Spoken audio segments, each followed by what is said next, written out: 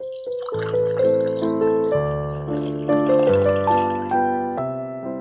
welkom by nog 'n koffiekuier. Ons is in Handelinge en ons is in Handelinge 7. Ons het verlede week by Handelinge 6 stil gestaan en ons het gesien dat ons nie te doen het met 'n volmaakte kerk nie. Nou is 'n bietjie wrywing kom tussen die Hebreëus sprekendes en die Grieks sprekendes en dat hulle dan nog 'n paar 7 kan ons maar sê diakens aanstel waarvan Stefanus een is en dan word Stefanus gevange geneem en voor die Joodse raad gesit om te sê, maar wat is jy besig om te sê? Dan word klomp vals getuies teen Stefanus ingebring en dan gaan ons nou vandag lees die toespraak van Stefanus. Ek gaan so hier en daar 'n stuk daarvan lees en dan afsluit met Stefanus se steniging. Stefanus dan die eerste martelaar wat sterf in die vroeë kerk en wat die kerk half die vroeë kerk se geskiedenis word maar in 'n groot mate ook partymal met bloed geskryf en Stefanus dan die eerste een. Maar kom ons lees dan net so eerste deel van Stefanus se toespraak. Die hoofpriester vra toe vir Stefanus: "Is dit waar?" Toe sê Stefanus: "Broers en vaders, luister na my. God, aan wie al die eer toekom, het aan ons voorvader Abraham verskyn toe hy nog in Mesopotamië was, voordat hy in Haran gaan woon het. God het vir hom gesê, trek uit jou vaderland uit, weg van jou familie af, en gaan na die land toe wat ek vir jou sal wys. Abraham het toe die land van die Galdeërs verlaat en in Haran gaan woon. Na sy pa se dood, het hy God hom laat trek na hierdie land toe, waarin julle vandag nou woon. God het hom geen eiendom in hierdie land gegee nie, selfs nie 'n handbreedte daarvan nie, maar hy het wel beloof om dit as besitting vir hom te gee en na hom vir sy nageslag, alhoewel hy nog nie 'n kind gehad het nie." So ons sien, Stefanus is aan die woord en wanneer hy dan begin hy by Abraham. Hy begin nie by die tempel nie, hy begin nie by die gemeenskaplike punt. Hy begin ook nie by Moses nie, hy begin by die roepingsverhaal, daar waar alles begin het. En dan is dit asof die teks vir ons wil sê dat God aan verskyn in Mesopotamië voor die tempel daar was. En dit sê vir ons dat God nie gebonde is aan Jerusalem nie, maar dat God baie groter is as die tempel, want dit is asof die Jode begin vasklou het aan die tempel en net wat daar gebeur en dat jy net God daar kan ontmoet. Bruce Malina herinner ons daaraan dat hierdie 'n strategie is dat Stefanus eintlik die groter verhaal inroep om te sê, maar kom ons trek net weer al die punte by mekaar. Dan sien ons ook dat Abraham niks erf nie en dat hy eintlik hierdie wagverhaal het en in afhanklikheid van God leef. En dan lees ons verder daarvan vers 6 af. God het so gesê, sy nageslag sal bywoners wees in 'n land wat aan ander behoort. Daar sal hulle slawe wees en 400 jaar lank baie swaar kry. Maar ek sal die nasie straf wat hulle as slawe aanhou. Verder het God gesê, daarna sal hulle wegtrek en my op hierdie plek dien. God het met Abraham 'n verbond gesluit, waarvan die besnydenis 'n teken is. So het dit gekom dat Abraham sy seun Isak op die 8ste dag na sy geboorte besny het. Isak het dieselfde gedoen met Jakob en Jakob met die 12 stamvaders.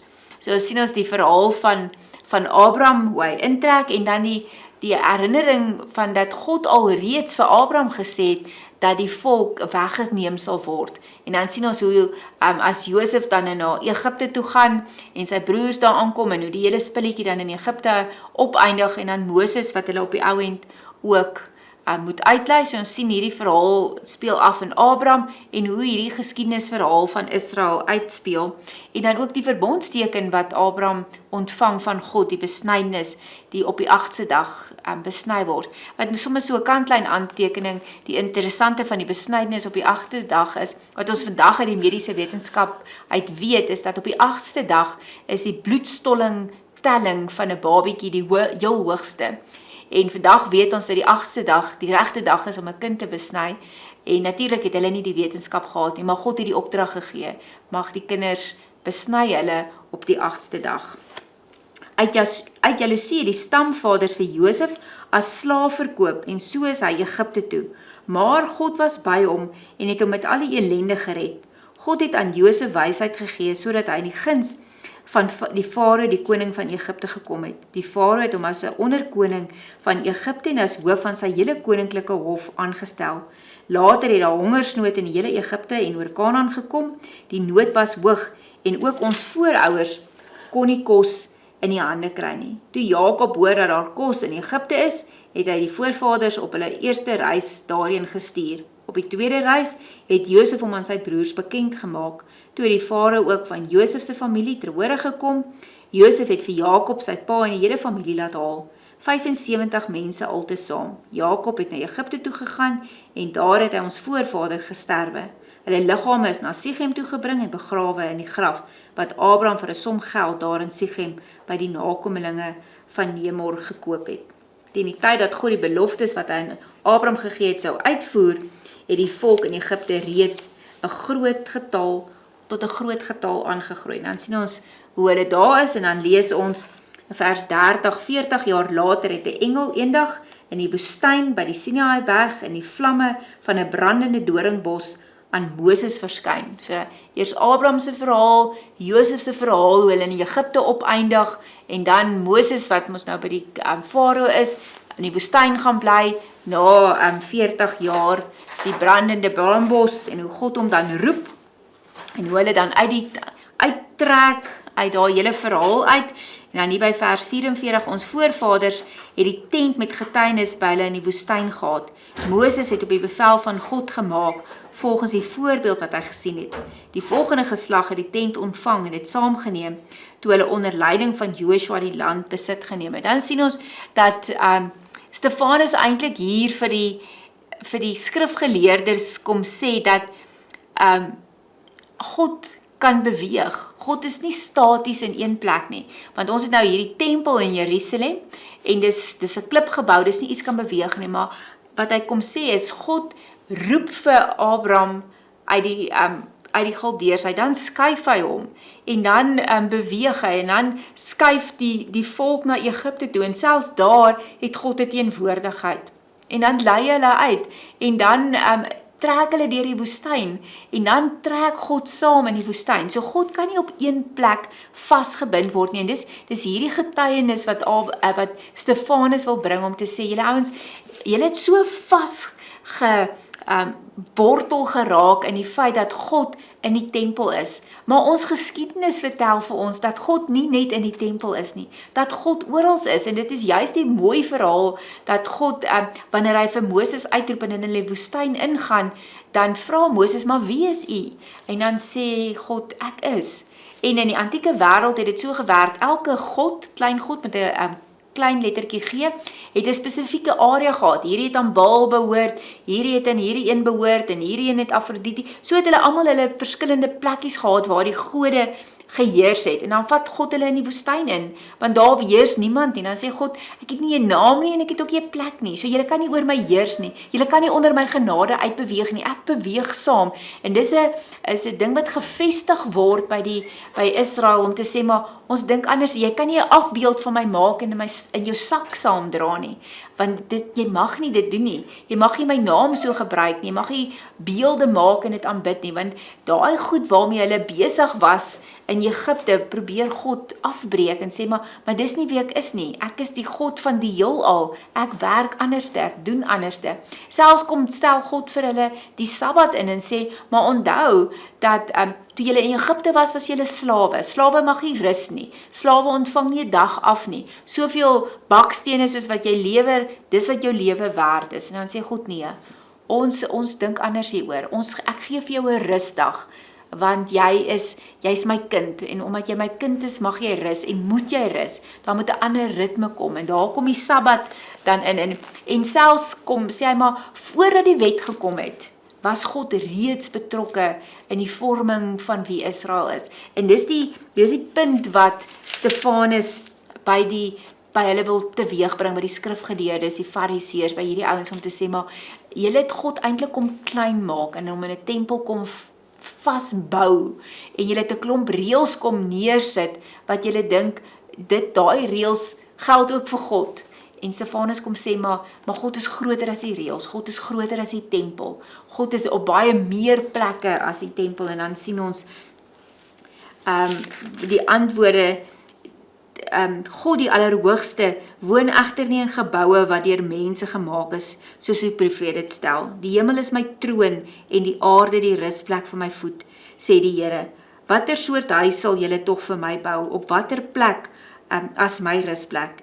Het ek nie self al hierdie dinge gemaak nie, julle hardkoppiges, julle is heidens in julle harte, julle is doof vir die woord van God. So Stefanus kom al aan uit die Bybel uit in die Ou Testament en dan kom sy vir hulle, maar God sê eintlik julle is besig met die verkeerde dinge. En dan sien ons, toe die lede van die Joodse raad dit hoor, het hulle van woede op hulle tande geknars, maar Stefanus, vol van die Heilige Gees, het opgekyk na die hemel en die heerlikheid van God gesien, en Jesus wat aan die regterhand van God staan.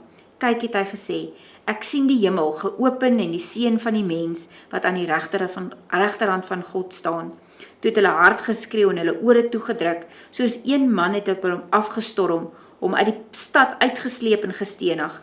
Die getuienis het hulle klere neergesit, 'n jong man met die naam Saulus, terwyl hulle vir Stefanus stenig, het hy geroep, Here Jesus, ontvang my gees. Toe het hy op sy knieë neergesak en hard uitgeroep, Here, moet hulle tog nie hierdie sonde toereken nie. Met hierdie woorde het hy gesterwe. Die eerste sterf die martelaar en ons sien hier gebeur 'n klomp goeders. Stefanus vol van die Heilige Gees kyk op en dan sê hy, ek sien vir Jesus Christus, die seun van God, die Jesus van Nasaret, en dis hoekom die fariseërs totaal woedend word en hom uitsleep en hom met klippe doodgooi, godslasterlik. Glo nie Jesus is die seun van God nie. Hulle glo, hulle het vir Jesus gekruisig, juis omdat hy godslasterlik opgetree het. En nou sien Stefanus hom waar hy langs God staan. Interessant, ons lees altyd dat Jesus sit aan die regterhand van God, maar wanneer die eerste martelaar op pad is na die hemel toe, dan staan Jesus. Dit is asof hy amper die martelaar ontvang en sê, ek wag vir jou. En dan net 'n stukkie wat ingeskryf word hier in vers 59, terwyl hulle vir Stefanus stenig het, voor dit, wat sê dat Saulus die klere vasgehou het, en dan sien ons, maar hier begin Paulus se verhaal, met die steniging van Stefanus, is Paulus daar, en hy hou die ouens wat die klippe gooi, se klere vas, en dan van hier af, dan sien ons, maar Saulus vervolg die kerk, en dan daarna begin ons sien, maar dan begin ons by die punt te kom waar ons, by die pad na Damaskus, en die vorming, en die roeping van Paulus, en hierdie wonderlike geskiedenis, wat oopbreek. So hierdie sterf van Stefanus is 'n draaipunt in die kerk, dis 'n nuwe rigting, hulle word uit die tempel uit, hier's 'n breek in die verhouding tussen die Joodse sinagoge en wie die Christene is, hoe hulle God sien, hoe hulle God ervaar, hoe hulle beleef wie God is, die ruimtes wat God opneem en die ruimtes wat God nie opneem nie. Wonderlikste geskiedenis wat vandag nog vir ons iets sê van hoe ons oor God dink. God bly nie by ons in die kerk nie. Dis maar net 'n gebou wat opgerig is waar ons by mekaar kom, maar God is oral. God is oral teenwoordig.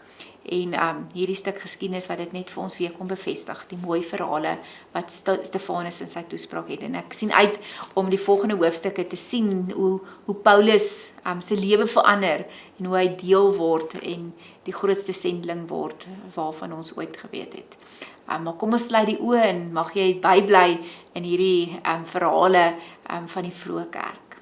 Here, dankie dat ons hierdie hartseer verhaal kan lees, van Stefanus, die pragtige toespraak, hoe hy u verduidelik, en hoe ons daarbij aanklank vind. Maar ook die hartseer verhaal van hoe Stefanus sterf, maar ons weet dat Stefanus dit doen terwille van sy geloof. En dan dink ons, Here, dat ons eintlik nie gekonfronteer word nog op hierdie stadium enigsins oor ons geloof, wat ons glo, en ons daarvoor hoef op te staan nie. Mag ons die dag wanneer dit gebeur, dieselfde geloofsoortuiging het, as wat Stefanus gehad is, om te bly staan, om te sê, maar u is die lewende God, en dat Jesus Christus sit aan die regterhand van God. Dankie, Here, dat ook hierdie stuk getuienis vir ons moed kan gee, en ons die uiting gee van ons geloof, en te sê, maar dat u ons nooit los nie, dat selfs in die grootste krisistye, ons binne u genade, en binne u hand bly. Amen. Baie dankie vir die saamkuier en die saamluister. Ons sien julle volgende week.